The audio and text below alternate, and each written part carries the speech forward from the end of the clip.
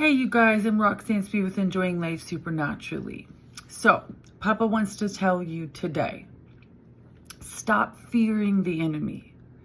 You're fearing the enemy in the sense of, can he do this? How much power does he really have? Can he really bring me down? Can he stop and thwart all of my plans? And Father says to tell you, it's a normal fear. You've been through the ringer. You've been through trial and tribulation after being battered and beaten and bruised. However, the enemy cannot do anything that I don't allow. And everything that I allow is not to harm you, listen, but to position you to walk in purpose. But I don't mean in 5 years from now. I don't mean in 20 years. I mean in the next few months. In your very near future, you're going to be in a very, very, very prominent place of leadership.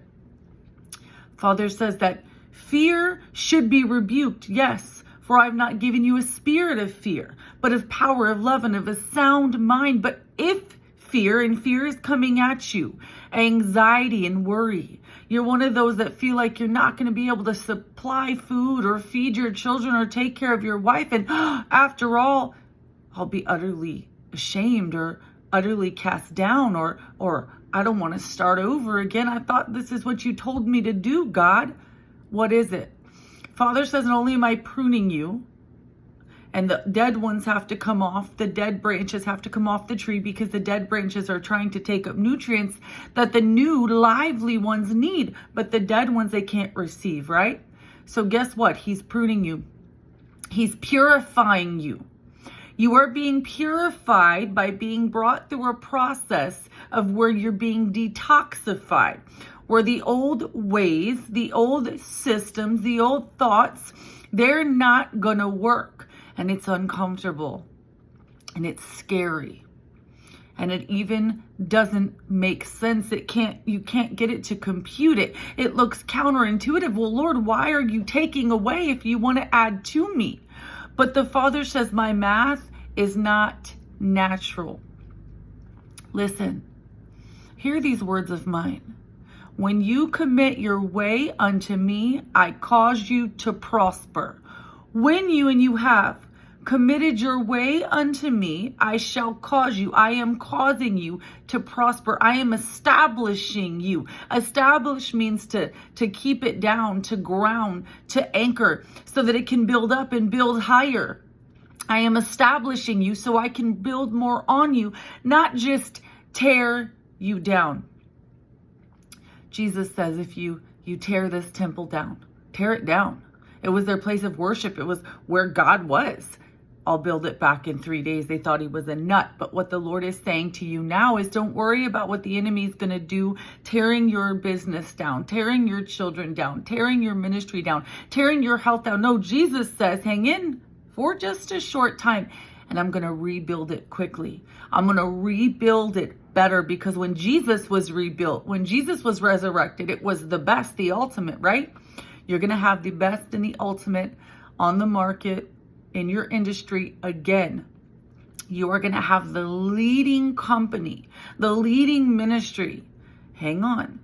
This is where you do not trust in your own understanding. Listen to me. If you were to try to trust in your own understanding right now, and you are in some ways, you would be utterly ashamed. You would be disappointed. You would fear, because it does not look right. But thank God you're not God. Amen. Papa says, there are many, many that wish to see you harm. There are many, many that maybe pray for your harm. But stop fearing the witchcraft. The witchcraft cannot stay on you. It's going to feel like it's oil on a duck's back. It's just fallen off. You will rise again. But this is not the rising again where everything falls and you have to rebuild your empire. No, this is where you're having some fear, frustration. You're being put through challenges and ways of thinking that don't line up to what you're used to. So you're resisting it. If you could only see what you're about to step into. It's beautiful. It's beyond you. It's going to blow your mind literally on how good it is. Listen, I know your finances look bleak. They look like they're being depleted. And there doesn't look like there's a better income source to bring in the nutrients, the oxygen. It doesn't look like they're going to be nurtured. But guess what? Father says the ways that they were being nurtured, the way it was growing, it may take a little bit of a turn. The way you were gaining, what you were doing, what you were building, continue forward. Papa says, listen, you don't get to quit.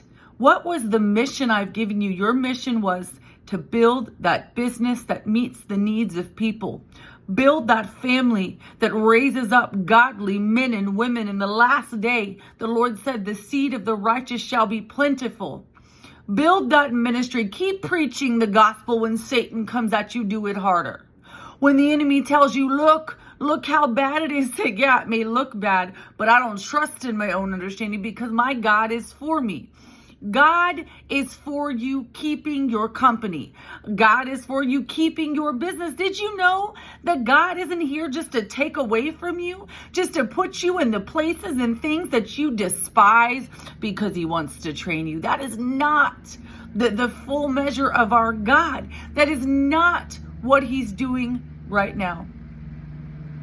He's bringing you better. What the enemy meant for evil, what they did to you, trying to be evil, what they put you through, trying to bring your life down, trying to hurt and harm you, because they did. That was meant to harm you by the evil one. But God says, I'm using it now in this season for the good, for you and for saving all the people that your business is going to bless. Listen to me. Do not stop, and don't even really go off. Don't veer off. Do that thing which you have been doing and plow in. Set your face like flint. Do not stop. Amen. Don't quit.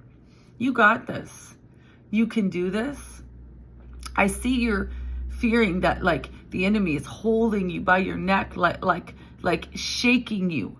And he's got you by the throat and he's tearing at you, and that's tiring, right? That's anxiety, that's fear, that's worry, because you're looking at what it says and it doesn't add up. It looks disgusting, and it does. It looks scary, I give you that. It looks in a way that it doesn't look like anything good is coming from it. What did they tell about Jesus? Nathanael was called over and said, hey, and some of the disciples, and they're like, come meet the Messiah, the Christ. And they're like, where's he from? He's from Nazareth. They're like, whatever. What good could come out of Nazareth, that little podunk, funky town? He's born of a mother. He's born of a father that are poor. Look at them. What good can come out of Nazareth? Well, you're in Nazareth right now. Whatever was good and it's falling is Nazareth. Whatever is, it is small, but it grew, and now it's getting small again. That's Nazareth. You will rise, because what good came out of Nazareth? The Christ, the Messiah. You're not the Christ, you're not the Messiah, but you're working on his agenda to fulfill his plans. So trust again. The Christ, the teacher, the rabbi came out of Nazareth. And so are you, and all of your plans. Just ride it, baby. Ride it out. All right. Papa loves you. Okay, you guys, go sign up for a prophetic strategy session. There's 10 minutes, 30, 15, an hour. Check it out. Let me help you make decisions. Use this ministry to guide you. That's what it's for.